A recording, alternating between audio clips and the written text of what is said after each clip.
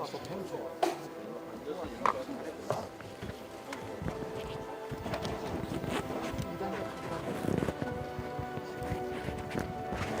요즘은 뭘 놀고 먹는 펜슬은 2년에 2번밖에 안 해. 펜스 진짜 잘 나갈 때 그 용산 시즌에 딱 갔어. 그래서 거기서 그 EBS 녹화하는 걸 모르고 아 펜스다 그래서 스트로보 켜가지고 근데 갑자기 PD가 와서 이 새끼 찍어가지고 방송 쳐 나와. 다시 찍어야 되는 거야. 펜스다. 펜스 소리로. 진짜 미안하더라. 아, 방송인 줄 몰랐지. 아, 조명을 안 켜고 찍으니까.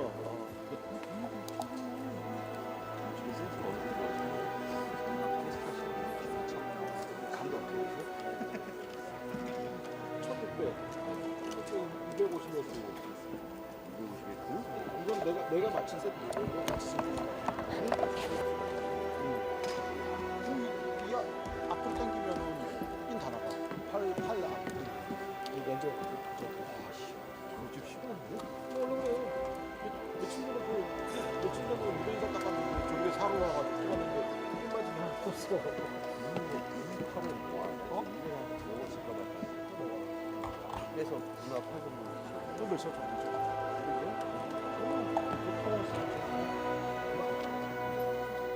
짜다가 3,500까지.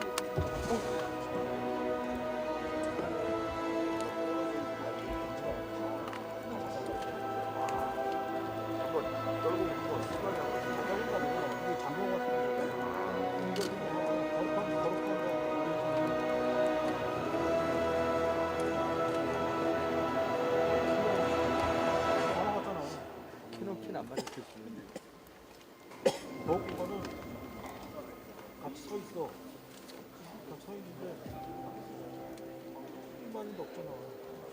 하나가 아니 이거 지금 조리개 몇 손이야? 이게 4? 이게 한 5.5. 얘한테 맞췄는데 좀 많이 먹는 거. 전필인 것 같은데. 아니 이게 카메라 렌즈가 없어.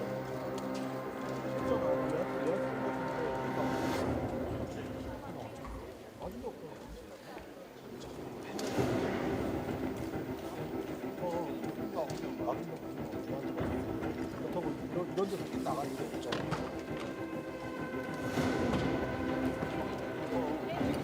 나가기 싫어.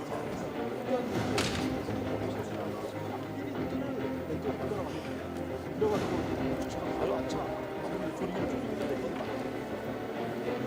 알고 한데 안 차. 이 맞으니까 저런 사진 보면서 내가 원래 사진 보면서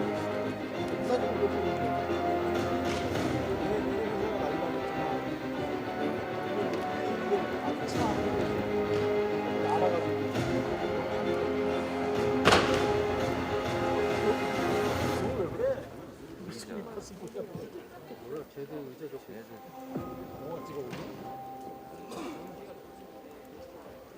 문 열리면 지금 맨날 이러는 거 아니야? 그러니까 그럴 거 아니야.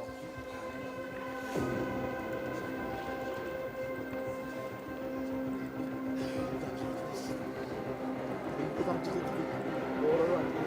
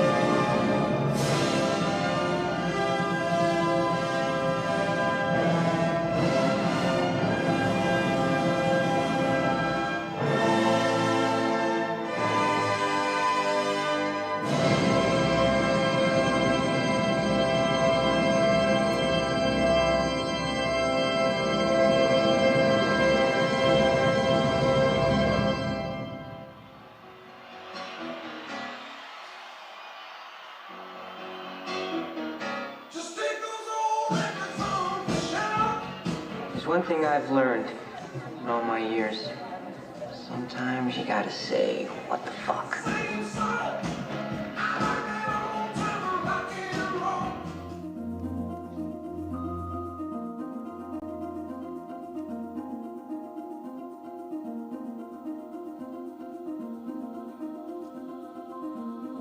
You held him.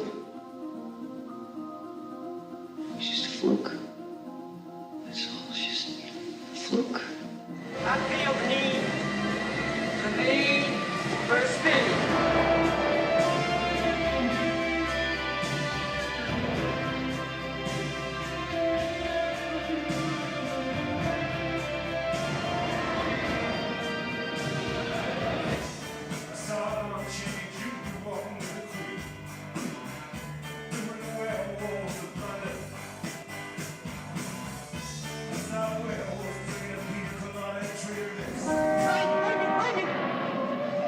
Never touch the steering wheel when I'm driving. Do you hear me?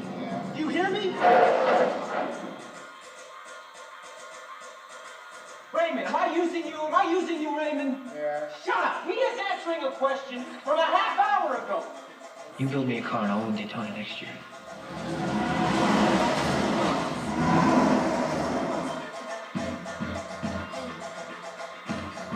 People say if you don't love America, then get the hell out. Well, I love America. Why are they fighting us? Because it is a lie.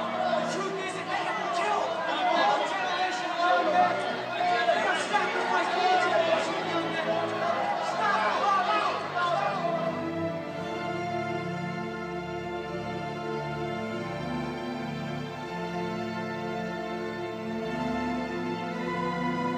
Lieutenant Kendrick ordered the code red, didn't he? Because that's what you told Lieutenant Kendrick to do. Oh, yeah, when it went bad, you cut these guys loose. Your Honor, you ignored this inside a body transfer. Your Honor, you doctored the logbook. Damn it, Captain! Of course the doc. Consider yourself in contempt. Colonel Jessup, did you order the code red? Hello? Get out of here. Hey, go. Get out.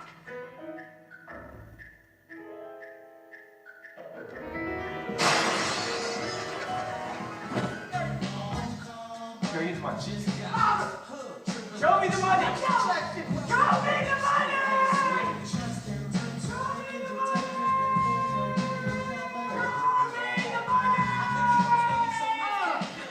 Help me. Help me, Rod. Help me. Help you. Help me. Help you. You've been a very, very naughty little girl.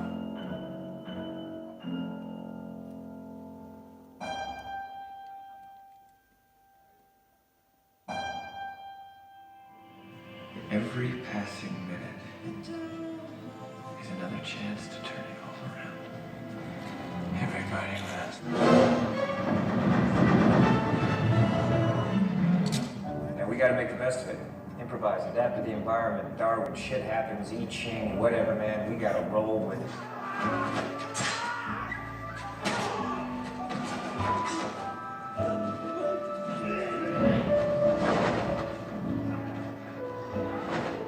I will not apologize for who I am. I'm gonna cry.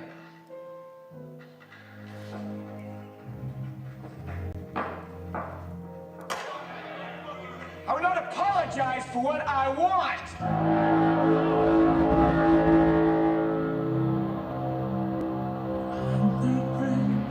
Don't put me down, 'cause I've got the fastest set of wheels in town. Something comes up to me, they don't even try. So I had a set of wings, man, you know she can fly. Just my little disco. You don't know what I got.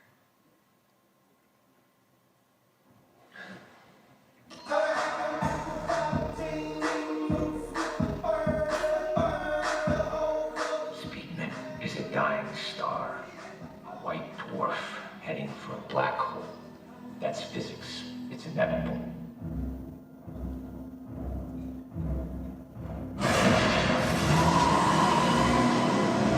You think I'm a hero? I am not a hero. I'm a drifter with nothing to lose. I mean to beat you to death and drink your blood from a boot.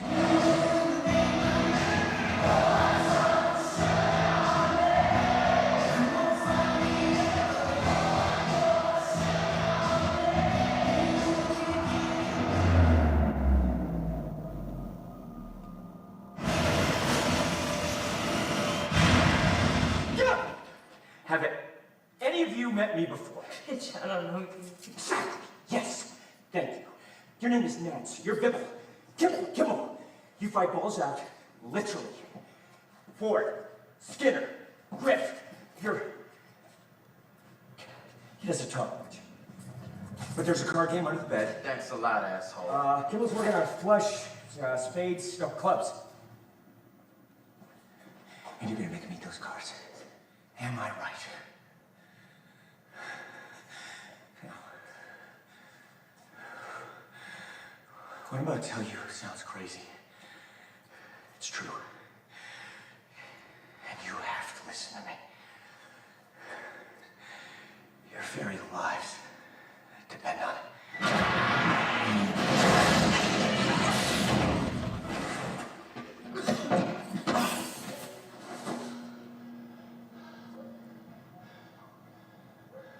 This your yard? Well, that's for the damage.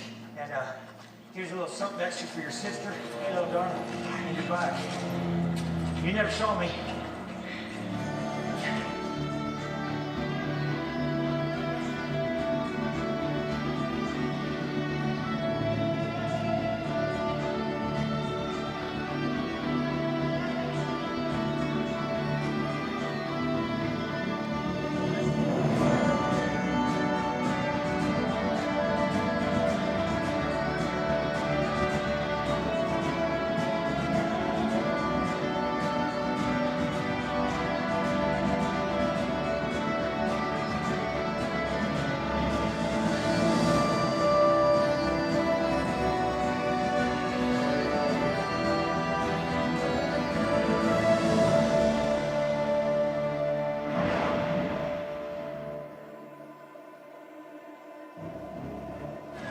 Do it.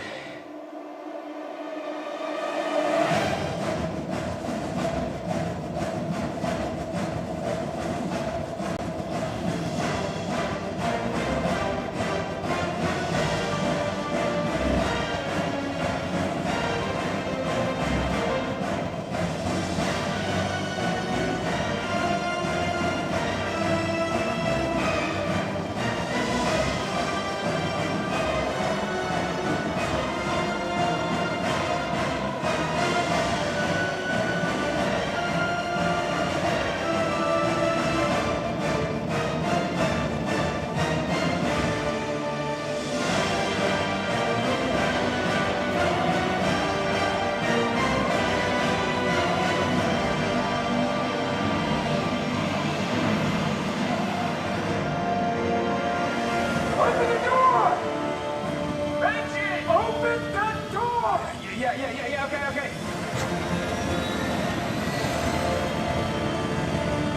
Oh my God!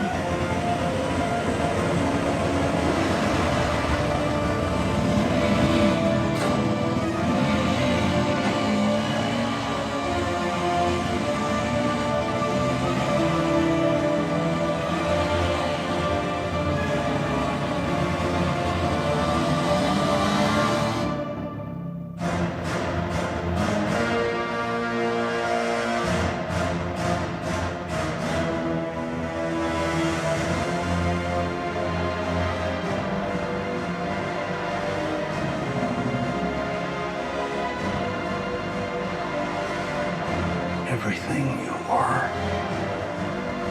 everything you've done has come to this.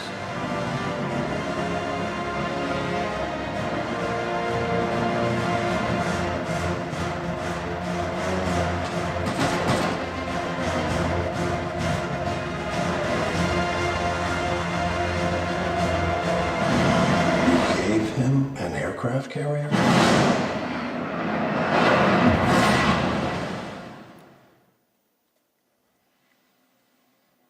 I love you.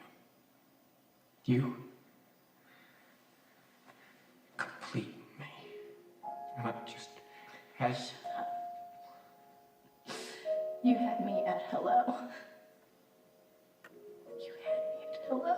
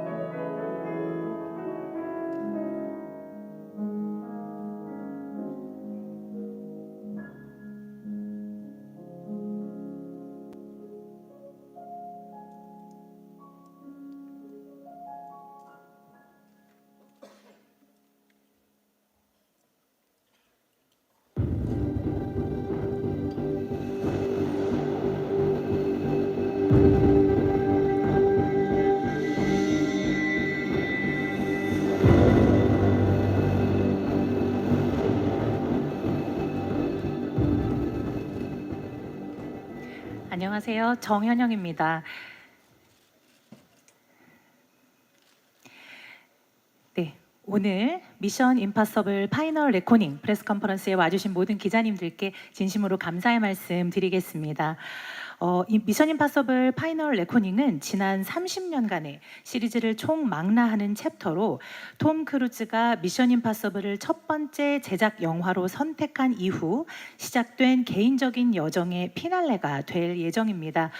톰 크루즈 배우는 모두가 아시다시피 어떤 하나의 문화적인 아이콘으로서 지난 40여 년 넘는 시간 동안 40편 이상의 영화를 함께 해 오시면서 정말 많은 관객들에게 즐거움과 또 놀라움을 선사해 주셨는데요. 오늘 이렇게 영화의 주역분들을 함께 모시고 배우 그리고 감독님 모시고 이렇게 무대에서 함께 진행할 예정입니다. 저희가 오늘 진행할 프레스 컨퍼런스는요, 무대 위에서 모든 것은 영어로 진행이 될 예정이기 때문에 다시 한번 말씀드리지만 통역기를 착용해 주시면 감사드리겠습니다. 자, 그러면 이제 준비가 되신 것 같은데요. 그 어떤 작품으로도 능가할 수 없는 미션 임파서블 파이널 레코닝의 제작자이자 주연 배우 톰 크루즈를 무대로 모시겠습니다. This is the Mission Impossible that cannot be topped, and we are excited to welcome the producer and star, the incomparable Mr. Tom Cruise.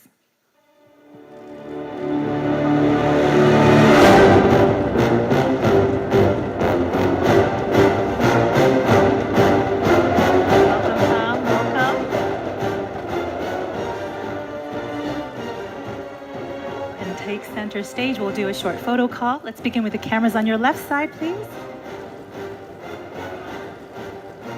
Thank you. Now at the center, straight ahead, center. Great. Thank you. And to the right. Right side, please. Thank you. One last call for the center, please. Straight ahead. Thank you so much. We'll take just a moment to bring up some chairs to the stage so that we can begin the press conference right away. Thank you, Tom.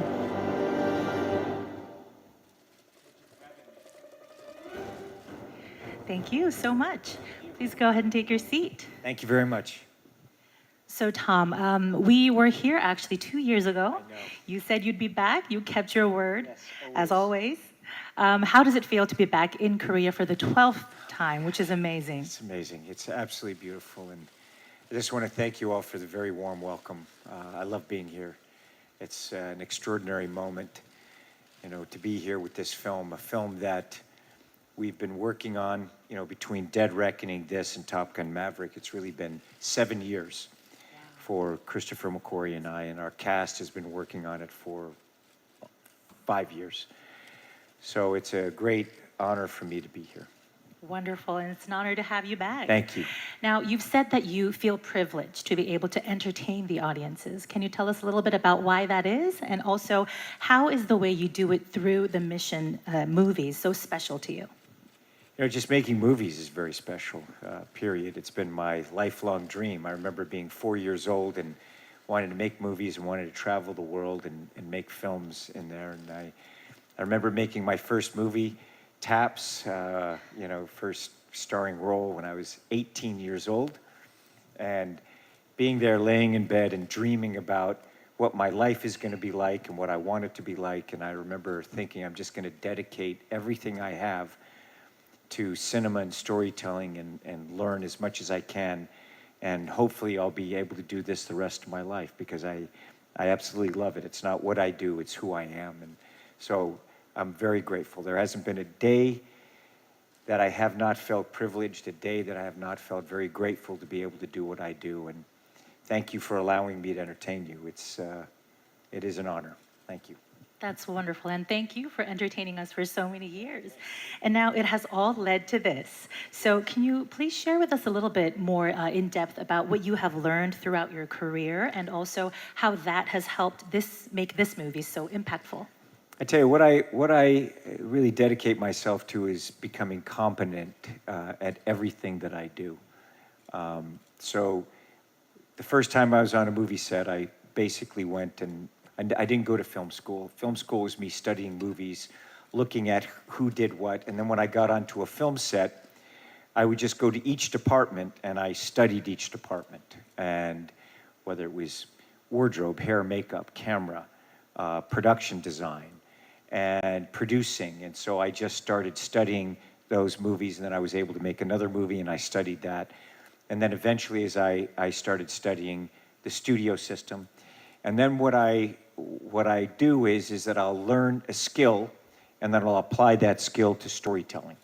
So if you follow my career from Taps all the way through, you can see different abilities that I've gained. You know, I remember Legend, I did a movie, film where I did my first underwater sequence, and then you can see my movies. I'm saying, how can I do the underwater sequence better? So I've done many, many underwater sequences, and you can see how this has led to the Final Reckoning, the submarine sequence. And McHugh and I, you know, we've been working together for 19 years now, and it's the same thing. Like I try to take everything that I learned from one movie and apply it to the next, and apply it to the next, and apply it to the next. And McHugh is very much the same way.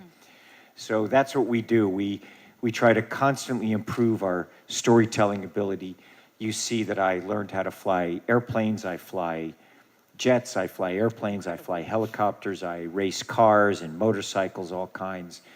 You know, if I want to sing in a movie, I'll learn how to sing, and then I apply it to the cinema or dance.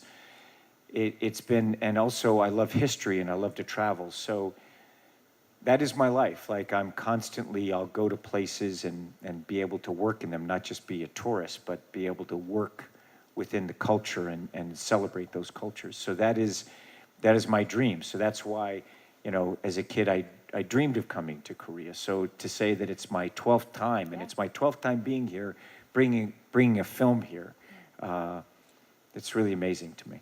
That's wonderful to hear. And speaking of those incredible action sequences, the series is known for its jaw-dropping stunts, but The Final Reckoning pushes that even further, where it's the biggest practical movie ever made. Yes. So our question to you is, why is it so important to you to always make something that's bigger and better? Well, I always hope to just make it better. McHugh and I have a thing at the end of every movie we make. You know, I turn to him and I'm like, we can do better. You know, I'm not someone who ever, I'm very happy with, I set a goal for myself and I want to attain that goal. But there's always a new goal. There's always another mountain, always something that we've learned that we can then take it to another level. Even, I'm not just even saying stunts, but just storytelling and structure of stories and characters. So that's how I feel. There's always another mountain, and we always set a new goal for ourselves. And you know, the wing walking on the biplane sequence, it is absolutely incredible, very scary to watch. And Very scary to do. Yeah, I'm sure was it fun, was. though. And I hear that it was actually a particular childhood dream of yours. Can you tell us a little bit more about Many that? of these things, like McHugh and I will go back and forth, and our whole relationship is kind of just stories and one story to the next. And I remember seeing wing walking when I was a little kid. And I always wanted to do that. I remember being on the airplane, the side of the airplane. I was on an airplane the first time that I flew. And when I get in an airplane, I was 6 years old, and I would think about what's it like being on the wing. You know, I'm in the plane, but my imagination's like, I wonder how long I can hang on to that wing, and what would that be like. That's actually where you want to sit. Yeah, that's where I want to be. And I remember, you know, we did that. McHugh put me on the side of that airplane. He was joking. He was like, hey, you want to do this on the side of the, you know, the A400? I was like, yeah, that sounds great. We did that. And then to design this sequence, because I fly airplanes and aerobatic airplanes, there's something that I always wanted to do and to figure out. But look, it took years to be able to figure it out. And we had to go back to Africa twice. It was very, very complex, physically, story-wise, developing cameras, developing the planes, developing a style of flying the aircraft. The wing walking itself was very, very intense every day. Very, very intense. I can't really describe how intense it was. So that it just takes time, and you have to, you know, strive for it. The things that I'll do is I'll set a goal for myself, a task or an ability or an overall goal. So you write the goal down, and then what you do is I write a list of all the things, the steps that I need to take to be able to attain that goal. And that list will change as time goes on, because then it tells me the things that I need to learn, or, you know, the things that I know, and the steps that I need to take to be able to do it well. And that's what it was like with this wing walking. It was very, you know, we had to pick the airplanes, and then it's not only just what airplane's going to look good, you know, and this airplane, the Stearman, is an 80-year-old airplane. I'd flown it before. And then we had to evaluate what is the aircraft capable of doing, and then how can I physically move along this aircraft. The wind coming over the airplane, we're traveling at over 100 miles an hour, 140 miles an hour. And I don't know if you've ever driven a car, but just stick your face out of the window at 140 miles an hour. And now picture an entire body and me moving throughout and around that aircraft at those speeds. It was quite intense. That's absolutely amazing. Yeah, it was wild. And you know, to go a little bit deeper into that, when we look at the IMF team, right? They're like a family. And you've been known to describe Christopher McQuarrie as your creative brother for years. And this is a partnership at its absolute peak and the culmination of everything you two have done and learned together. So to talk a little bit more about that, let's now welcome the writer and director of Mission Impossible: The Final Reckoning, Mr. Christopher McQuarrie.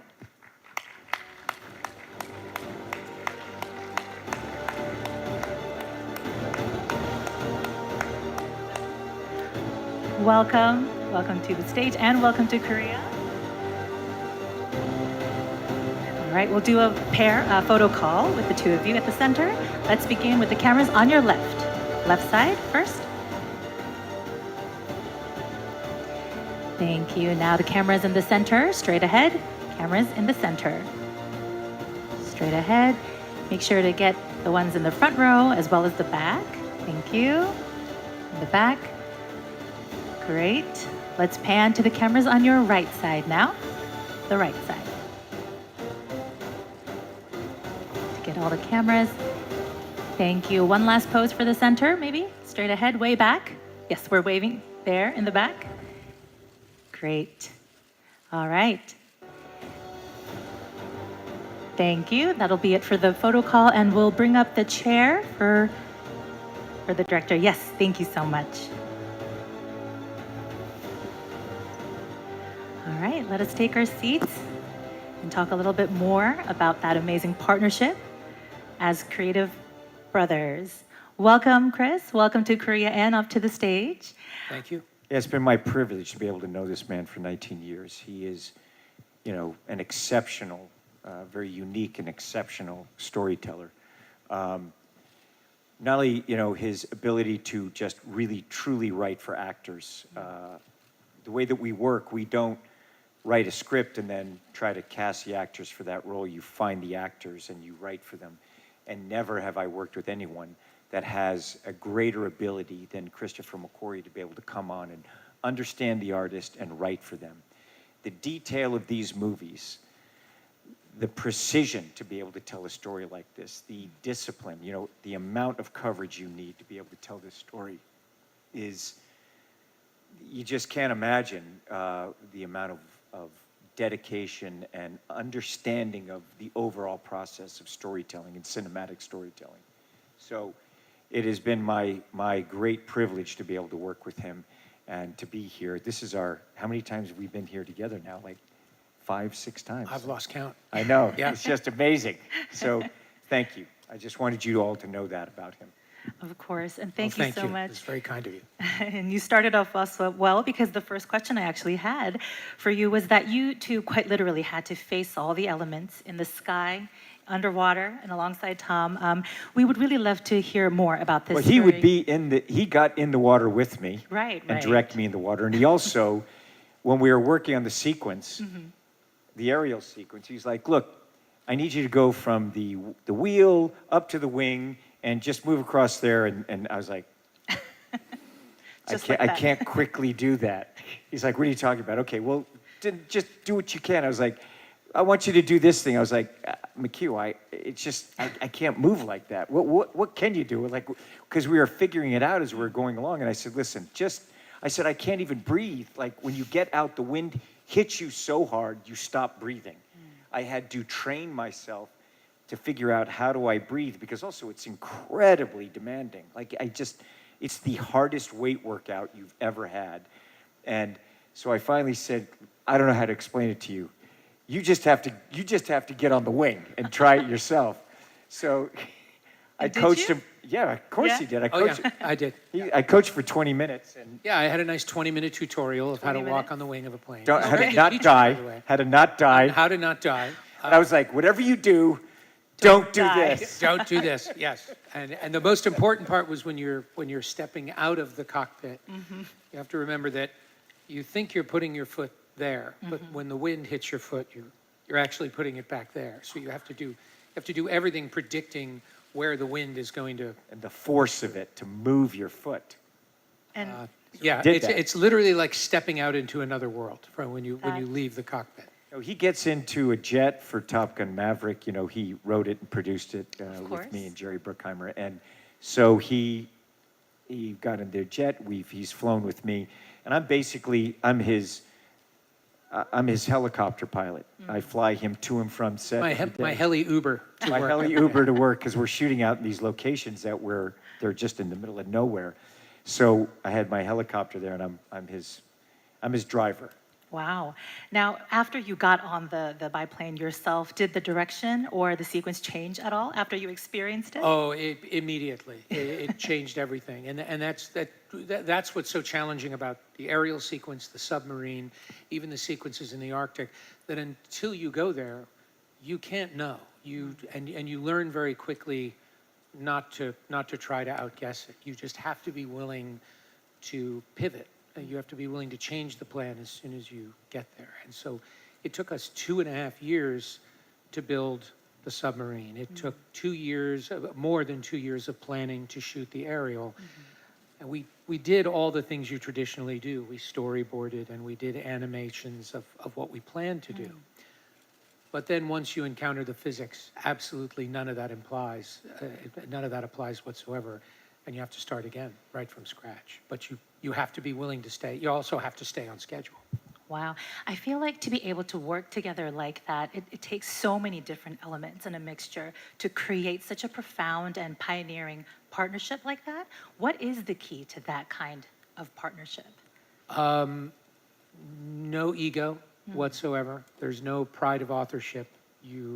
What's so great is that every day we go to work with a plan, but we don't get fixated or obsessed on that plan. It doesn't matter how much work you put into an idea. If the idea is not working, drop it, move on to the other thing. I'm just interested. Look, he's an extraordinary storyteller. And from the moment I met him, I'm just interested in what he has to say. And I have tremendous respect for him. And I think that foundation of just respect and trust and interest and belief in him, that's just the foundation of our friendship and our creative respect. And if there's something creatively that he wants to do, I'm always like, I will do it. Let's go there. And that is the agreement. If somebody has an idea, whether you get it or not, just do it. You have to do and it. one of two things will happen. You'll discover something about yourself as a filmmaker, or the person whose idea it was will say, this was a terrible idea. Thank you for trying that. That's where there's times where I'm going, I really want to try this. He's like, okay, and I try it, and I'm like, sometimes it works, and he'll take it, he'll understand what it is, and then he'll just take it to the next level. And then there's times where I'm like, thank you very much. I appreciate your patience. You're a very patient man. That is a two-way street. There are many ideas I've had where I was like, that didn't work. I appreciate your support. Sorry about that. I won't do that again. Yeah, but that's the fun of it. It's the joy of creating. It is the joy of entertaining an audience. And the joy of hanging out and being with him and creating together. It's like nothing is better. I love it. It's just so much fun. I think I speak for everyone around the world when I say we're so grateful for that friendship because we are truly entertained as audiences. And I want to ask you about the spectacular, to say the least, underwater sequence. You, as Tom mentioned, had to be in there in the tank and you had to communicate with sign language, as I know that you two came up together with yourself. My first question about that is, how scary was it? Terrifying. And I would say that the scariest part of it was the unknown, that we knew while we were planning it, that when we finally got there to shoot it, we, having learned from the aerial and from the Arctic and from other sequences, that we didn't know what we didn't know. And we were only going to find that out when we got there. That was very, very scary. And the other thing, and what's hard to express when you're watching it, is the mask that Tom is wearing is great for the camera. We can see his whole face, and you can see him from all directions, so it's very cinematic. It is not very efficient for breathing underwater. So Tom is breathing his own CO2, and he's becoming hypoxic as he's doing it. And that made the sequence very, very physically punishing for Tom. Wow. The weight of the suit, the wetness, like sometimes the suit weighed up to 125 pounds and I'm doing pull-ups and moving through it. So When he's climbing around in the set, not underwater, there's no buoyancy. Right. It's like he's carrying weights on his back. It's extremely physically stressful. He's breathing his own CO2, and I'm trying to get the shots as quickly as I can to I'm get. breathing the oxygen in, and then my air gets trapped in that mask, and I'm constantly purging, and he's directing the sequence. And I mean, setting the cameras inside that, it was trying to figure, it was just like the equation, and I'm constantly trying to recover from the shots and be in a position where I can be there for him. And he's got to watch not only the shot, but he's got to watch me to make sure I'm safe. And then we have to set the camera in such a way that wherever we set the camera, the set is rotating 360 degrees. So wherever you think Tom's going to be, he's only going to be there for a few seconds. Wow. And so each camera position took an enormous amount of time, and all of it involved risk. And when Tom puts the mask on, I have my first AD start a timer, and every 2 minutes, they're telling me 2 minutes in the mask, 4 minutes in the mask. All of that is adding up to the amount of CO2 that Tom is breathing, and how we have to get him out of the mask as quickly as we can. Of course, I don't want to get out of the mask. I want to stay in there. So at a certain point, he's like, "Do I cut? Do I cut? You got to come out, Tom. Yeah. We're gonna. I'm like, you know. But he's right. And also now you have different particles in the water, massive missiles and structure that's there. So as I'm going into it, I'm looking at the shot. He and I will go through the cameras together. We're walking through and saying, okay, I'm looking at sharp places where I could get punctured, you know. And the set had its own, it became its own ecosystem. Once it started to rotate, it began raining inside the set, which creates an enormous amount of noise so no one can hear on the inside or outside the set. And it's creating currents and riptides. So Tom wants to swim in a straight line, but the set is sucking him into the most dangerous parts of the set. They're huge shelves with metal hinges. It's very dangerous. Yeah, where I didn't want to get trapped in there. So as I'm acting, there's also, people say, how do you do these things? Like there's cameras around. I've been able to create a spatial awareness far exceeding, you know, my own body, so that you have to be able to perceive things in all directions. Objects coming at me, cameras, and also performing as we're doing it. Incredible. Really important to point out, which we always forget to point out, because Tom has, there's a light inside the helmet so that you can see his face. There's a reflection from his point of view. So Tom's blind. He can't actually see. We can see him, but he can't see out. So everything that he's done, he's rehearsed it all in advance above the water without his mask on. And so everything he's doing is largely by sense of feel.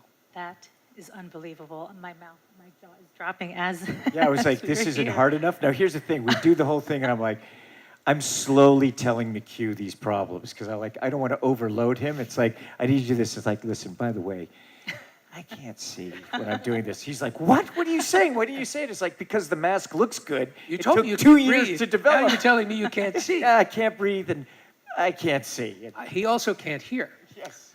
He has the suit on, and there's so much noise inside the set, and we have a loudspeaker, and we're trying to call to Tom to yell action, and he actually can't hear us. So it's kind of a miracle we're not still shooting. I know. There's hand signals going back and forth, and you know, and I also I don't want him worrying. You know what I mean? So I'm like, let's just go through it. I'm Let's gonna do it. worry no I know matter he what. worries Yeah, no yeah. matter what.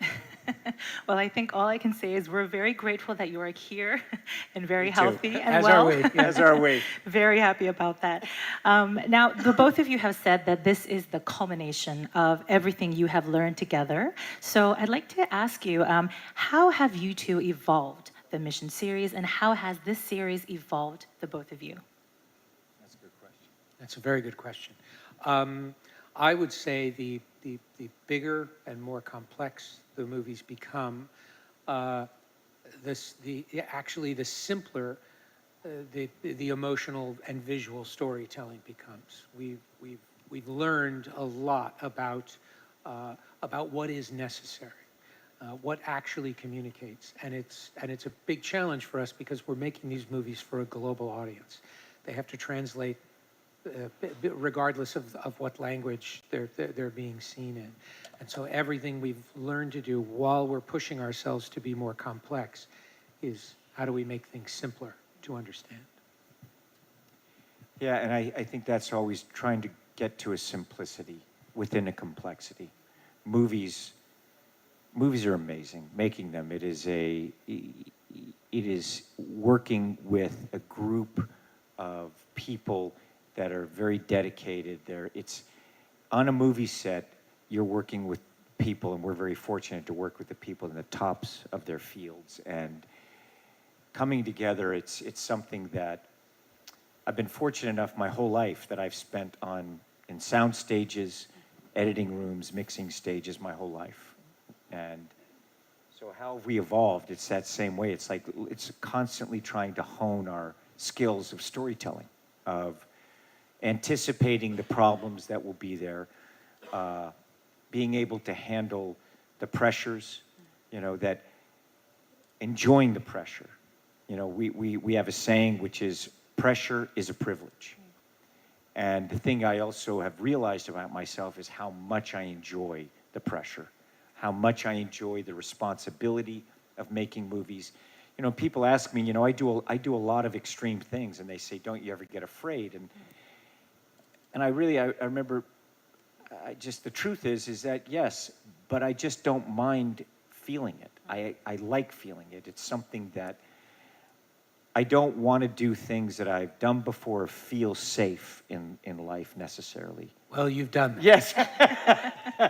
You have done it indeed. And I mind. And you have. It's my job to mind. Yes. And I think that's just understanding myself and also having a broader understanding of humanity, which is something that I've always wanted to know. I love people. I love the world, and I'm constantly just learning about that and being able to learn new skills and apply it. And definitely my skill set has increased and will continue so. That's wonderful. And there's a particular group of people that you love, I know. We do love them. Yes. Our amazing cast. The Incredible. audiences love seeing the team come back Oh my together gosh. to tackle the impossible in these And I just epic have to say, movies. this team, these actors, the level of dedication, the level of help and care and friendship that they have given us is something that we are lifelong friends, and we work with the people that we respect, and you'll see them. I mean, you see them in the movie, just tremendous artists, each one of them. And I think that definitely translates on the screen. So we want to bring the team back together. Before that, we're going to reset the stage. Before we welcome them, Do you need some help? I think we're good. Thank you. All right. Now that the stage is set, let's reunite the team with their leader now. So please welcome to the stage Haley Atwell, Simon Pegg, Pom Clementieff, and Greg Tarzan Davis.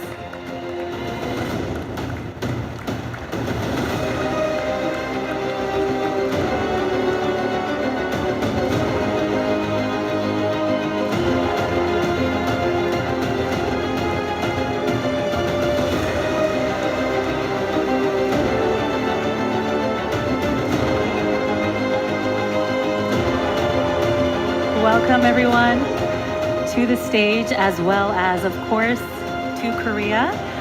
Please go ahead and take your seats. Welcome. So great to see the team reunited. We do photos All right. after, that's right. Oh yes, photos will come later. All right. I always so- love seeing what they're going to wear. I'm always like, they have the greatest wardrobe, these guys. They They have do. such amazing style. Agreed, 100%. You all look amazing today. Yeah, they do. Thank you. I want to go Movie ahead. stars, man. Definitely. Trying to be like you, Tom. Oh, man, you're crushing it. All right. So there were so many international locations in this film, and I just want to ask with the whole group, any particular fun behind-the-scenes stories while you were all traveling together? For me, Svalbard was the most amazing location in the Arctic Circle. We were all living on an icebreaker, a ship, and we'd shoot during the day on the frozen sea, which was a phenomenal sight and an amazing thing to do. And then in the evening, we'd all sit together in the galley of the ship with all the snacks, and we'd just play poker and other games as well. Bananagrams. Bananagrams, Yeah. shithead. I don't know if I can say that. What did you say? Shithead. And You allowed to say that? I don't know. I think it's okay if you swear in English. Just don't swear in Korean. But it was just a sense of just real planet Earth, you know, like somewhere that humans shouldn't be. And for us, it was so exciting. And I don't know. That's where I feel like that camaraderie between the team just really gelled. We would actually have to watch each other's faces to make sure that the noses didn't start to Oh my God, frostbite. I almost lost my nose. I Right? know. Oh, no. That's Funny, right. Because like right before the take, I was like, oh, I was making a joke that I was losing my nose. You know, I was like, oh, I'm picking up from the ground. That cold. And then we start the take, and everyone is like, bum, bum, bum. Like, we stopped the scene, and you need to get warm. I'm like, what's happening? It's like, no, you're going to get frostbitten. So my nose was changing colors. I think it was becoming white, right? Frost nip. Becoming like transparent. Yeah. You there's something called frost nip, which is what happens before you get frostbite, and your skin becomes very sort of waxy and white. And as soon as that happens, you need to get a hairdryer in your face or a hand warmer on there, because if you leave it, it develops into frostbite. And it was minus 40 degrees. Oh, wow. And we didn't have a hairdryer, so all of us had to take turns rubbing palm nose like this to warm it up. I remember coming onto set for the first time and seeing McHugh and realizing that his entire facial hair had frozen. Oh, so he had this huge kind of icicle kind of on his moustache and his I look beard. like a walrus. You You can look say like it. a walrus. It's true. I remember you doing a snow angel too, right? I have a video of you doing a snow That was angel. not me. That was not me. That's incredible. Okay, I That won't was- release that was the one of our That was not me. crew. He's denying it. Oh yeah. He's Yeah. denying Sorry. it. That was No. not me. I wasn't doing a snow I was angel. not doing a snow angel, and I was certainly not doing a naked snow angel, which is what one of the members of our crew was doing. Well, all right. I won't be Film asking crews. for any videos of that. no video. No video. Okay. Now, Simon, actually, I wanted to ask you. You have been playing the beloved Benji for over 20 years. Woo! That is incredible. So, how has it been for you to be Thank a you part very of this much. incredible franchise as Benji? Yeah, I shot my first scene for Mission Impossible 20 years ago this year. And I had no idea when I first, walked onto that set that this film would become a part of my life for the next 20 years. And it's been such an incredible adventure. I've been all over the world filming and also promoting the movie. I've made incredible friends, and, I can't overstate the significance that this film series has for me.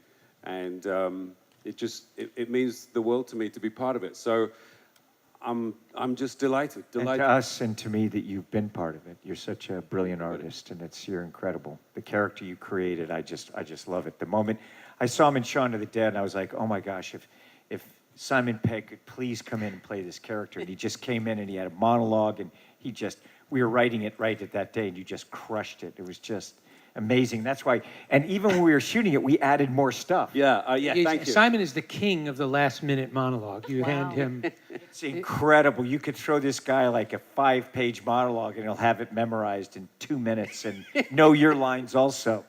You know what's amazing is that when I went to see Mission Impossible 1 in the theaters when I was 26. When you were 10. When I was 10. And I'm watching the movie. I wish I could have come back from the future and sat next to myself and say, hey, one day you're going to be in this. This guy is going to be your friend. And, the irony of that is extraordinary to me. And, things like, as you see in the trailer, that knife that you see in the first film, to see that in action, it's just, I can't even begin to describe how weird that is. It's so weird. Incredible. And we're very grateful that you did. You were Benji for 20 years because we love Thank the you. character, as you well know.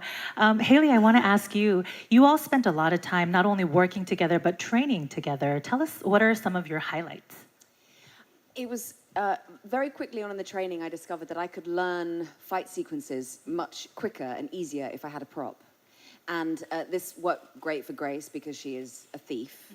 And it meant that throughout the whole of the training, I got to this kind of level of fitness that was incredible and this resilience that was amazing. And it just meant that we could adapt to any changes that were happening and anything that was needed on set. But this thief element of Grace kind of I took quite to heart, and I actually haven't admitted this to the rest of the team here, but I have actually stolen quite a few things from the set of Mission Impossible. And I was trying. Method actor. I was listing them today. I've actually, and I would admit them to you now. I've stolen a key, the poison pill. Was it the key from the movie or your key to your trailer? Oh well, the key to the movie. I no longer carry a wallet whenever I'm working with Haley. I have a salt and pepper shaker from a train. I have an ashtray. Yeah, I she's have a some thief in the film. She's a letterhead. very good pickpocket. I should have That's quite a long things. list. Oh, I have FOMO now. It's also this like the excitement of the memento because everything is practical. So the size of the sets are built out in such a way where you can open a drawer in the cabin and you can see the incredible amount of detail that's been put into the set design. And I took a couple of fossils as well. Did you Sorry really? about that. Were they good? No. Oh, They're From the yours. cabin. Fantastic. They're yours. In the cabin. I wanted to steal some of I those know. skulls and things. Oh, they were, and I also stole quite a lot of set glass. You could have it. Thank you. It's yours. I gave them to my godchildren who are very excited because they get to watch the screen now and an explosion of glass. And I saw that on eBay. I think I'm going to have to cut in here before the list gets any longer. Tarzan, did you get anything? Well, I was trying to steal you, but you kept running away. Yes, you got me already, Tarzan. You know that. Now, Pom, I want to ask you, you love big action and you also love skydiving. So I wanted to ask you, motorcycles, everything, cars, action, right? So was that guns. inspired by Tom by any chance? Of course, it's like contagious, you know? You're around Tom and he's so vibrant and passionate about all these things. I saw him, you know, in the previous movie do the jumps with the motorcycle. And I was like, I want to do that. He looks so happy. I want to try. So I kept asking, you know, like, you know, can I skydive with you guys? You know, with Tom and the stunt team. And Tom was like, no, you need to get your license. So when I wrapped the movie, he gifted me the license to learn how to skydive. Wow. And yeah, and we even jumped together. I flew out with you the day that you got your license. Yes. How many jumps have you done To now? get the A license is 25 jumps. And he came the last day. We did 9 jumps together, a high altitude jump. And it was amazing. And then you flew your own plane back home. You know, totally normal thing to do. Yeah, course. and then since then I've done 233 jumps as of today. Amazing. I mean, Wow, she's that is a amazing. brilliant skydiver, too. I mean, so elegant. And Just also, a natural. I have to add something. I love working on Mission Impossible because, you know, when I'm not working, you know, there was like breaks in between shooting. You know, I would like go back home and then I would go skydive and would send videos to Tom. And he was like, yeah, that's amazing. And, you know, usually you're not allowed to do that, you know, so. This happened with me Please as just well. don't But it was it. always be competent. Don't post it. Just be confident. You're definitely No. Don't not be allowed careful. to do that. You're Be We have a saying, don't be careful. Be Be competent. You're not allowed. There She are is certain very- things that you're not allowed to do whilst you're filming, obviously, because they're dangerous, and it includes all dangerous sports. Tom bought Palm skydiving lessons. He bought me a snowboard when we were doing Ghost Protocol, because I was going snowboarding at the weekends. You're not allowed to do this, but he says it's okay, so it must be okay. We had a day off, so Tom took us shark diving. Yeah. Like, Oh, yeah. sure, okay, we'll do that. The day in of South rest. Africa. Oh, Yeah. yes. We did horse riding in the sand dunes in Abu Dhabi. Somebody couldn't incredible. stay inside the Shark Tank. It's boring. Let's go play with the sharks. Wow. No, Tom, no, we're having fun together. Let's hold hands. Weren't you seasick too? I remember you being a little I bit remember- seasick, Are you there? right? I have videos too. That's right. Turning green, looking very It sad. was, it I mean, was, I'm seasick too, so, you know, And same, all same. of this on your day off, Yes. which Yes, is incredible. that's a day off. Horseback riding That's at just Abu a Dhabi. Shark regular Tanks. day off. That's a day off on Mission Impossible. Oh, wow. No wonder you're all such a great team. Tarzan, I want to ask you, so you've worked on 3 films with Tom now. Yes. How has that experience been? And any behind the scenes stories you'd like to share? oh man, I would say it's been incredible working with Tom. It's been incredible working with McHugh and the rest of the cast, and it's changed my life. Yeah, it's his third one with McHugh, too. Yeah, Top Gun. This has changed my life and it's opened my eyes. One, to show that I'm able to do anything. When you have somebody who's literally doing anything and able to do anything, it gives you the confidence to say, well, let me go ahead and try. And Tom helps you and supports you in that aspect. But I do want to talk about this one. He's a tremendous athlete, by the way. Continue. Thank you. Tremendous. I do want to talk about this one moment we had in South Africa as we're we're all together, and you think about what a movie is like, and I'm sitting in the back of this truck, and I'm looking around, and you have Palm there, you have Palm and Tom behind me, then you have Haley and Simon back there, and I'm just amazed. There's a huge helicopter just going, and everybody on the crew is saying, "All right, are you ready? Camera's rolling," and I'm just like, guys, this feels like a movie. And Haley and Simon turned to me, "Tarzan, you are in a movie." And I was like, oh, but when you... That was also the day we got intercepted by a giant tortoise. Yeah. Yes. In the road, and that's what's so extraordinary about these. They're real locations. Big tortoise, we couldn't move. There was yes, so of course we had to stop and Shut the movie let it down. pass, and it went on its merry way. It gave us a thumb. No, Martin the gaffer picked it up and he moved it to the side of the road. It was gigantic. Very gently. My favorite Tarzan story was actually on Dead Reckoning, when we were standing on the roof of a train in Norway. And you turned to me and you said, "You know, this is my first time on a train." And I said, "Yeah, it's mine too." And you said, "No, it's my first time in a train, let alone on a train." Yes. The Tarzan had never ridden a train in his life. And now the first day he's on top of the train. He spent about 2 minutes on inside, and the rest of the day. Keep in mind, this is my first day shooting on mission, and I'm on top of a train. What? Well, that's Mission We Impossible forgot to have the for you. conversation to go over with Tarzan. It was like, yeah, because you're such a great athlete. We were like, oh yeah, we don't have to He'll brief be you. fine. When they called and said, "Hey, we want you to come join the franchise," they didn't mention, "Yeah, we're just gonna put you through the ringer," you know? They just said, "Hey, it'll be fun." But as we all know, And you now did you know. pull it off. Yeah, it was amazing. We are now going to open up the floor for questions from the press. Thank you. So just a gentle reminder to avoid asking about spoilers. We also kindly ask you to focus your questions what's relevant to the film. Please also ask your questions in Korean for the translation flow. And lastly, we ask that you ask one question per outlet, so we give everybody we can hear from as many as possible. All right, so without further ado, please go ahead and raise your hand if you have any questions, and we'll have our staff bring the mic to you. I think I see a hand on the right side. Yes.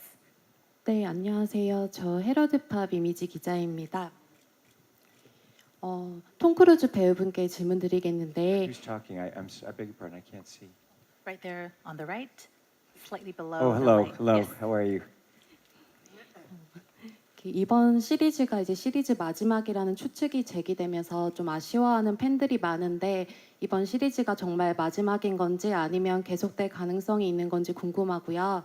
그리고 8편에서 이제 그간의 좀 모든 시리즈가 하나로 모아져 정리되는 느낌이었는데 자신의 이제 영화 인생에서 미션 임파서블 시리즈는 좀 어떤 의미인지 듣고 싶습니다. Thank you for the opportunity. My question is for you, Tom. So there are rumors that this will be the very last installment of the Mission Impossible franchise. So is that true, or do we have a chance of seeing more of Ethan Hunt? And the second part is, when I was watching the film, it felt like everything was sort of coming together to closure for the film. What does this film mean to you personally? This film is basically, I want the audience to enjoy the film. So the audience has to go see that. It is a culmination of the last 30 years of the franchise. So that's what this is, and I don't want to give anything away for audiences. But I love making movies, and it's my great pleasure to be able to make them and to entertain an audience. That's what it means to me. I love it. Absolutely, I love making movies. Thank you. We'll take the I next love question. making these films. Amen. It shows. It definitely shows. We'll take the guys do next too. question. I see a hand. Yes. Right here. On the left.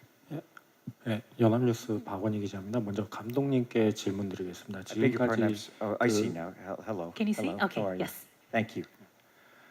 감독님께 질문드리겠습니다. 그 미션 임파서블 시리즈를 가장 많이 연출한 감독님이신데 그 다른 작품들과 본인의 다른 작품들과 비교했을 때 이제 어떤 차별점을 이번 작품에서 뒀는지 어떤 주안점을 뒀는지 궁금하고요. 다른 배우님들께 또 질문드리겠는데요. 톰크루즈 외에 그 이번 작품이 좀 어떤 의미인지 본인에게 특히 사이먼 패그는 오랫동안 같이 한 걸로 알고 있는데 이번 작품이 어떤 의미인지 말씀 부탁드립니다. My first question goes to the director, Chris. So you are the director that has directed the most number of Mission Impossible movies. What are some of the areas of focus that you wanted to bring to this particular film, and also what differentiates The Final Reckoning from the previous ones that you directed? Second part is to the rest of the cast. What does the Mission Impossible films mean to you? In particular, I'd love to hear from Simon because you've been with the franchise for such a long time.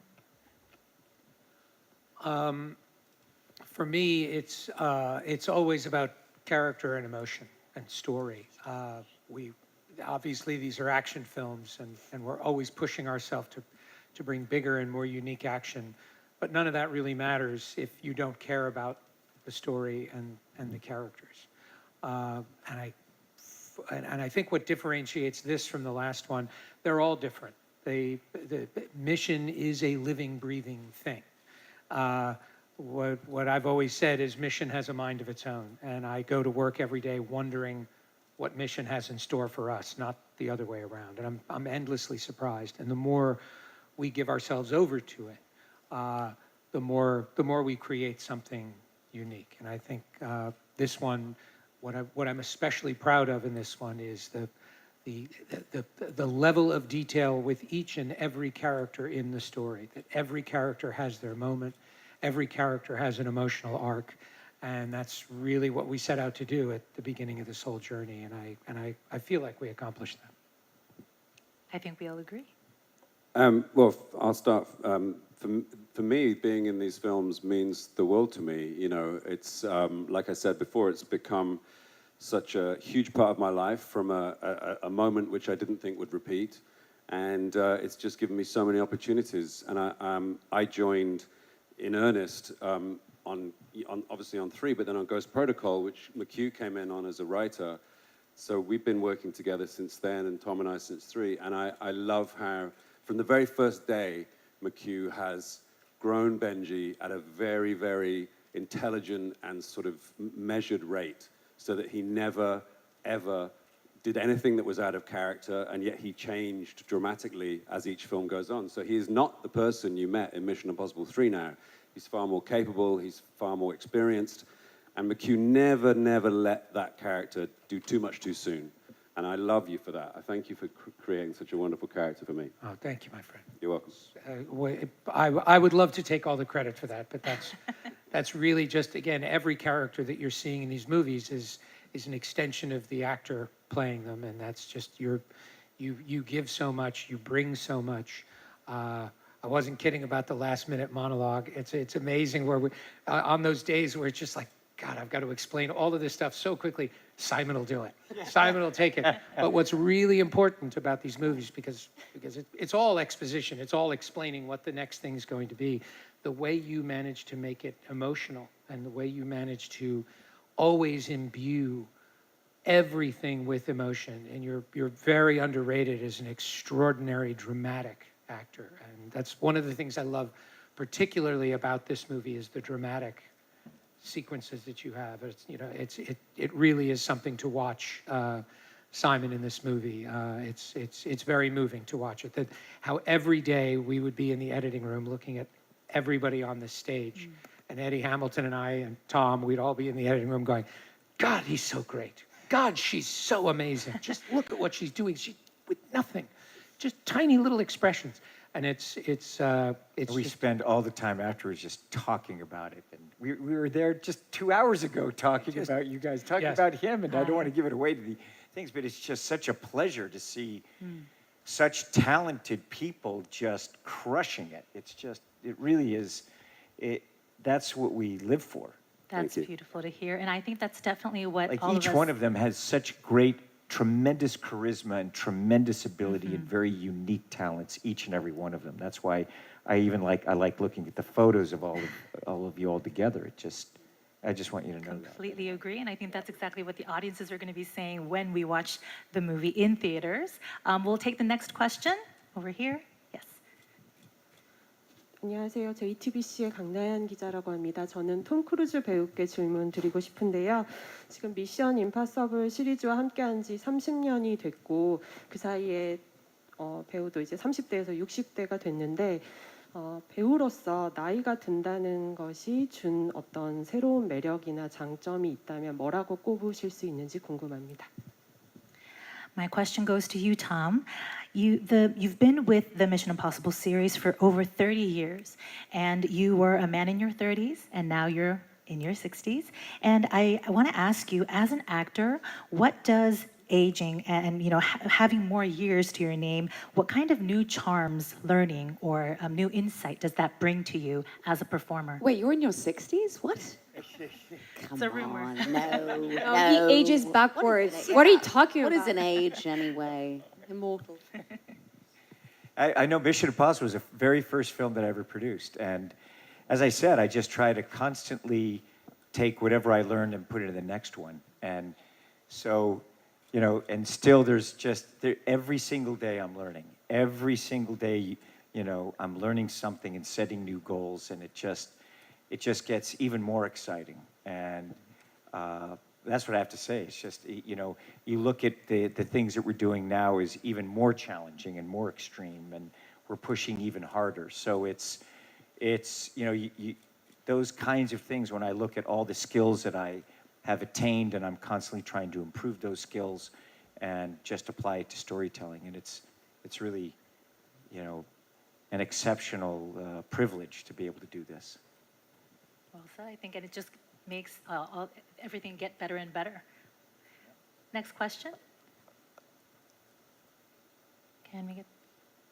Yes. 안녕하세요. 국민일보 임세정 기자입니다. 어제 영화 잘 봤습니다. 근데 어제 영화를 보면서 사실 톰 크루즈가 살아서 한국에 오고 이렇게 만난다는 걸 알고 있으면서도 혹시 이산 헌트가 잘못되는 건 아닌가 되게 긴장을 하면서 봤는데요. 이번 영화에서 진짜 산전, 수전, 공중전 다 있었는데 촬영하면서 솔직히 이러다 정말 잘못될 수 있겠다 아찔했던 순간이 있었는지 뭐 그 정도는 아니더라도 가장 고생을 많이 한 장면은 어떤 것이었는지 궁금하고요. 그 두 번째로는 아까 계속해서 목표를 세우고 그걸 달성해 나가는 걸 중요하게 여긴다고 하셨는데 사실 팬들의 염원은 이런 위험한 도전들을 하면서 아무 사고 없이 오래 사는 거라고 이제 농담 같은 진담을 얘기하는데요. 지금 시점에서 톰 크루즈의 목표는 무엇인지, 그러니까 뭐 자신의 인생에서도 좋고 아니면 커리어 면에서도 좋고 좀 목표를 말씀해 주시면 좋을 것 같습니다. My question is for you, Tom. So I really enjoyed watching the film yesterday. And while I was watching it, even though I knew that Tom was going to be here in Korea, that you made it out of everything alive and well, I couldn't help but get extremely tense, worrying about what's going to happen to Ethan Hunt. You have done, you fight in all different elements, in the air, in water, everywhere.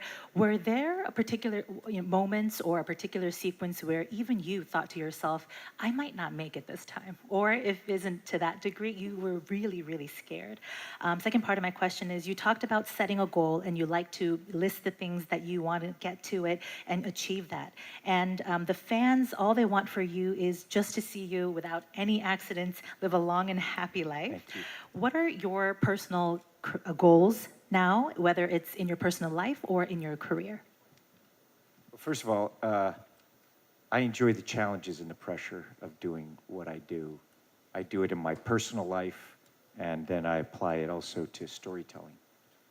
And listen, there are many times when we're trying to figure the story out. We're trying to figure the sequences out. It's not like it's on a paper and then we can go out and do it. It is exploring the unknown, and creating something is, it is that where are we going from here?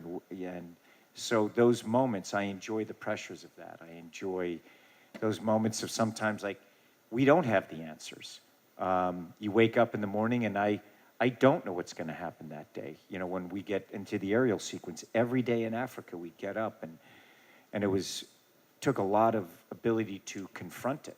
The sequence was more difficult than I thought it would be. Both these sequences in the film, I knew it was going to be a challenge. And so when you have these things, and the thing is that we're responsible for it. I am responsible for it. I wanted to do this. I also created it, and with him, he created it. So there are moments where it's like, we're here because we wanted to be here.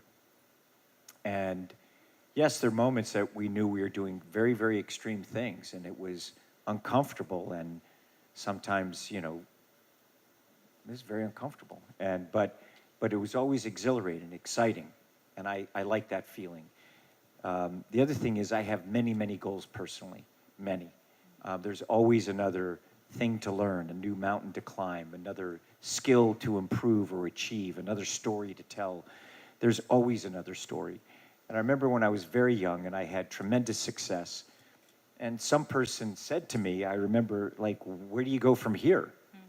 You know, I did. This was after Born on the 4th of July. Yeah, Born on the 4th of July. I'd done, like, you know, Born on the 4th of July, a guy, like, very, you know, guy who's very well-known head of some studio, and he was like, why don't you just retire now? What are you going to do? I was like, I'm just warming up, you know? And that's what I think what it is that that's how I feel. I'm just warming up.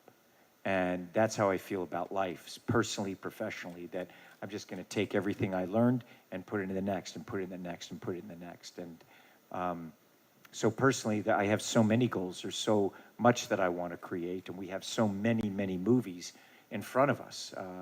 So it never ends. I basically work 7 days a week, and it's my dream. It's my passion. That's wonderful to hear. I think we have room for just a couple more questions. Last one from the press. Yes, the last question, I think, can come. Yes, in the back. 네, 안녕하세요. 저는 MBC 문다영 기자라고 합니다. 반갑습니다. 톰 크루즈 배우님과 감독님을 포함해서 이 자리에 오신 영화인들께 다 질문을 드립니다. 영화를 보니까 아프리카를 포함한 전 세계의 다양한 로케이션이 나오는 것 같습니다. 근데 최근 뉴스를 보니까 해외에서 제작한 영화에 대해서 관세를 100% 물리겠다는 도널드 트럼프 미국 대통령 발표를 봤습니다. 그래서 이 영화도 그 영향을 받는지 궁금합니다. 그래서 이 영화에서 해외 촬영의 비중이 어느 정도 되는지가 궁금합니다. 설령 영향이 없다고 하더라도 해외에서 제작한 영화에 대해서 향후 관세를 매기겠다는 트럼프 대통령 정책에 대해서 어떻게 생각하시는지 궁금합니다. I'd like to ask this question to anyone who's up for it. I think, so I watched this film and I saw that it was filmed in many different locations around the world, including Africa. And of course, we all are aware of the tariffs that President Donald Trump has been imposing on overseas productions and films. So is this particular movie under that tariff? And also, how much of the film was shot overseas?